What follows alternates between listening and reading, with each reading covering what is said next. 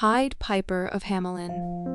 Once upon a time, there was a beautiful village at the edge of the forest, where people lived happily and peacefully.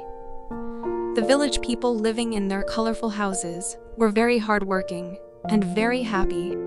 They grew a variety of fruits and vegetables, baked delicious breads, and produced cheeses. Come and go.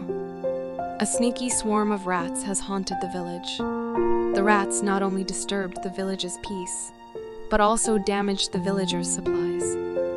The villagers tried everything they could to deal with the rats, but were unsuccessful.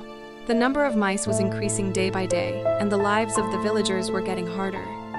The villagers, who did not know what to do in the face of this situation, decided to find a solution by gathering in the village square. Everyone was offering ideas and looking for solutions to get rid of the rats, but none of them seemed feasible. Just then, a mysterious piper came to the village. He listened to the villagers and then he offered to help them. But in return, he asked for a bag of gold. Desperate villagers accepted the piper's offer and promised to make the payment. Thereupon, the piper took out his pipe and began to play masterfully. The melody played by the piper was so impressive and charming that the rats came out of their hiding places and gathered around the piper. He started walking slowly, playing his magical music. Hearing the melody, all the rats followed the piper and walked with him out of the village. Rats, which are under the effect of melody, came to the riverside on the border of the village with the piper. The piper crossed the river bridge with the rats and began to head in the opposite direction.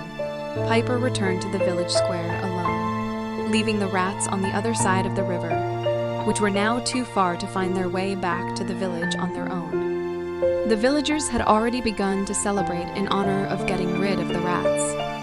Piper kindly asked the villagers dancing in the square to make the promised payment in exchange of getting rid of the rats. However, the villagers didn't care what he said and continued dancing. As the piper asked for the second time, they acted as if they have forgotten the amount they promised for their labor. In the face of this situation, the piper felt very sad. He thought about what he can do, and he came out with an idea. He told the villagers that they have been unfair to him, and they had to keep their word. He could bring the rats back to the village as he took them. As they didn't pay what he deserved, they laughed at what he said, and thought he cannot do it.